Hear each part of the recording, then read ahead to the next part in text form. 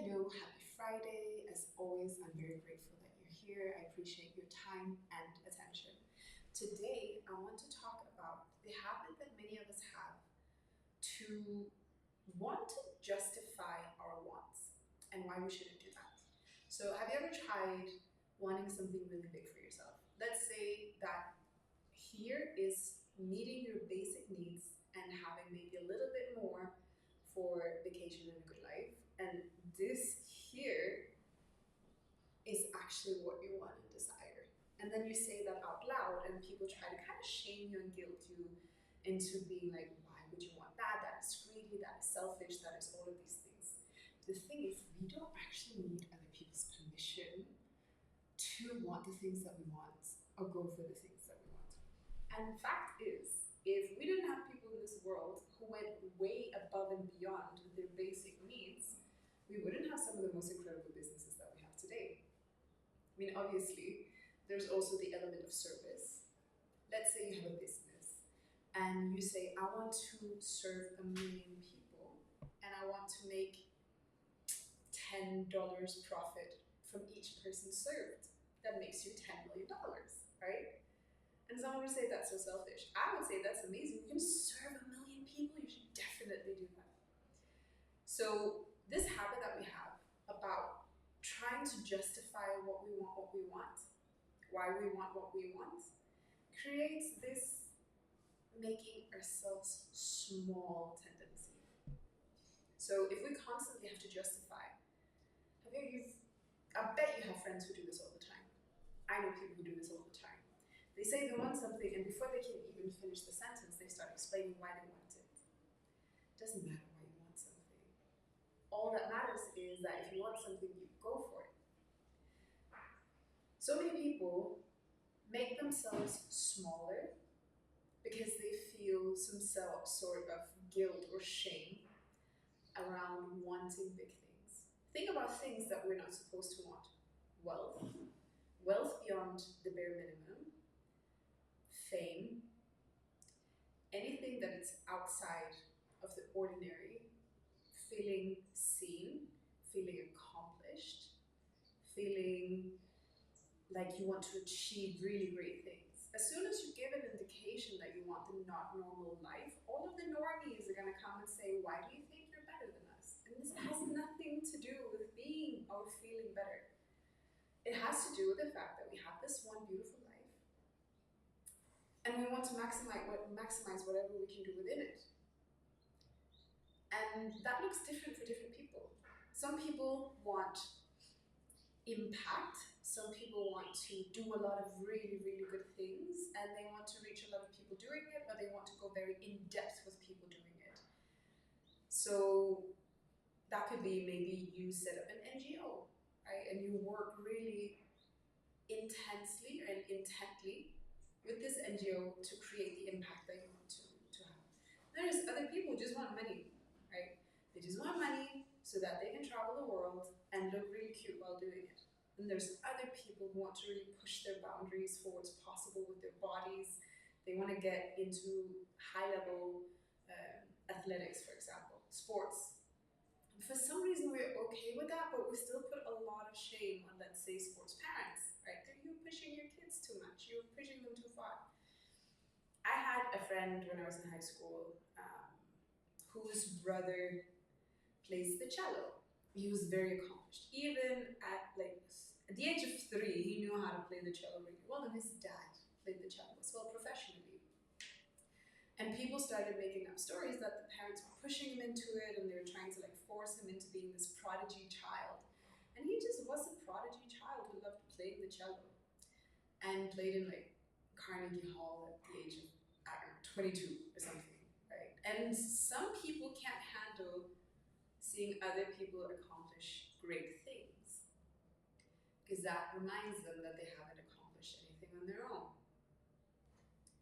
So if you're feeling some sort of triggered, I mean, obviously not you. People who are here on this channel listening to me talk usually want really big things for themselves, usually have already done some really incredible things, and are already on the road to achieving these big dreams that they have. So I applaud you for that. I'm just saying, If you have people in your space who are giving you the side eye, or who wants you to justify, or make you feel small, or make you feel wrong for wanting big things in life, for having a lot of impact, for having, wanting big achievements, know that they're speaking and projecting from their own insecurity and inability and unwillingness to do incredible things more than they're talking to you. It has nothing to do with you. And that is in general. When you're feeling bad vibes from people for you just being you, it's because they can't handle someone being different. It has nothing to do with your awesomeness and how incredible you are. Because if you're in this world to do big things, you are going to do big things. You're going to be incredible doing it. And some people can't handle that. And that's totally fine. You don't have to be in this world to make other people feel more comfortable about themselves. Right? As someone who spent most of their life, me, playing small, fitting into other people's idea of who I was supposed to be, trying to please everybody and putting everyone ahead of myself. When we do that, we don't even get to know who we are. How can you know who you are if you are constantly code shifting to fit into whatever group you're in and what they want, what kind of vibe they want? How are you ever going to show up in your own vibe if that's what you do? You're just constantly changing who you are in different areas, constantly pleasing people, constantly like trying to have the opinions of the person that you're around so that they will accept you. That was me in my teen years. Ugh, that was exhausting. So it took a long time for me to start really stepping into my true identity because I was just constantly making myself smaller and more boxed so that I could please the people around me, so that they could be happy with who I was, because then I would get external validation, and that was the most important thing for me because I had no sense of self-worth. I had no sense of self-esteem. I had no confidence in myself. So the only thing that I knew was to try and make people like me. If you're always trying to make people like you, you can't possibly know who you are, because who you originally are, who you are at your core, your most true, authentic identity is going to piss some people off just for you being you. So we need to be able to accept that. And if you want really big things and you're scared of saying them out loud, I would just ask you, why are you scared? What kind of people are planning to put you down? What kind of people, this is very often family, right? What kind of people are here to tell you that you can't do something? What kind of people who are the people who are going to try to reduce you and give you a reality check? Most people don't need a reality check. They need a delulu boost. They need to make delusional dreams and completely blow up their idea of what they think is possible so that they start making bigger moves and taking bigger steps. And this is one of the first things I work with my clients, is to figure out, okay, what is it that you really want? Not the polite, what I tell my parents that I want, or my, college colleagues, teammates, no, fellow students, not the version that you kind of reduce and make smaller and more rational and, oh, I want to do this because that will make the world a better place. The whole egotistic, I want this, and it needs to be enormous, and it needs to be incredible, and it needs to be, people always tend to make like, oh yeah, this will happen in like 40 years. No. Don't look at yourself in 40 years and say you can achieve this thing. You're completely underestimating what you can do in 10 years, right? It's like the quote, people tend to overestimate what they can do in 1 year and underestimate what they can do in 10. So what can you do in 10 years? Or even less? What can happen in 5 years?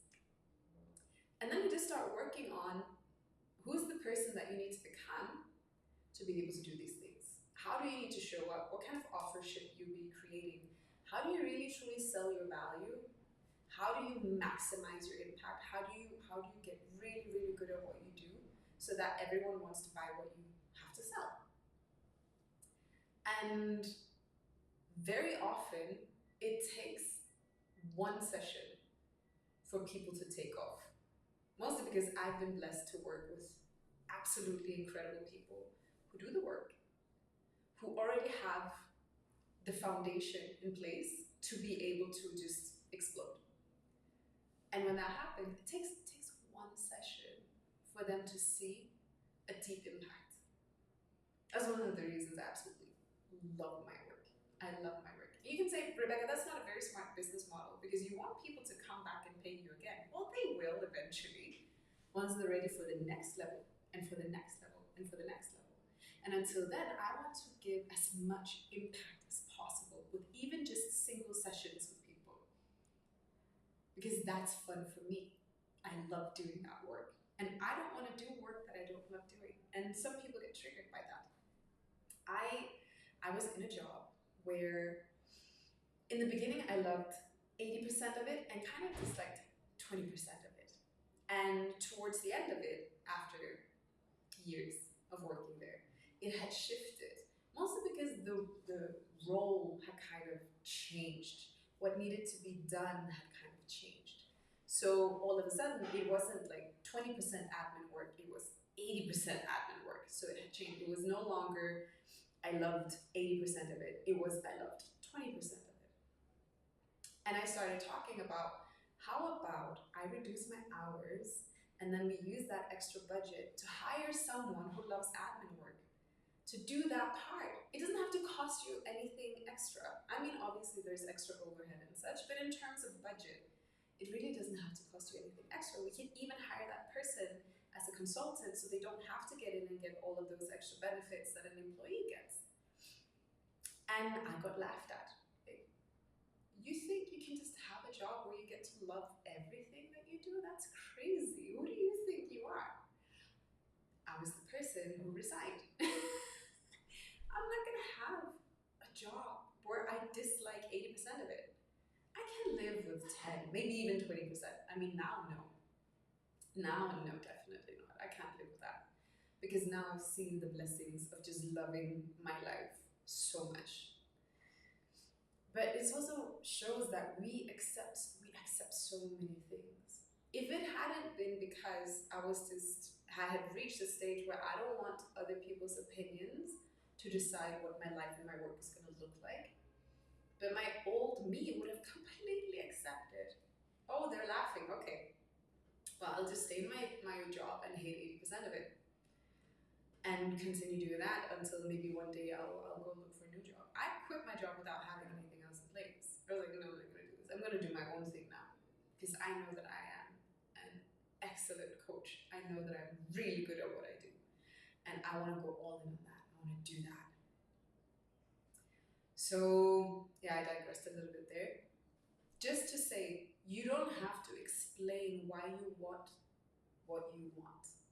Whatever you want in life, make that even bigger because most likely you've been conditioned to make yourself smaller because that's what we do in today's world. We make people smaller so that they can be more realistic and they can go and do whatever everyone else does and not trigger other people and not take up too much space and not be too difficult and not be all of these things. So we make you small, we make you composed, and we just want to see you go about and be nice and pleasant. And it doesn't matter if you feel like you're burning up on the inside from frustration and anger, knowing that there's this much bigger life out there that you could be living, this much more fulfilling, enjoying life that you could be living. And if anyone ever asks you to justify what you want, you just tell them that you don't need to justify it. You're gonna want whatever you want. And I love that for you. So happy Friday. I hope you have an amazing weekend. Hope you have fun. Hope you enjoy your life. And I'll see you next week. Bye.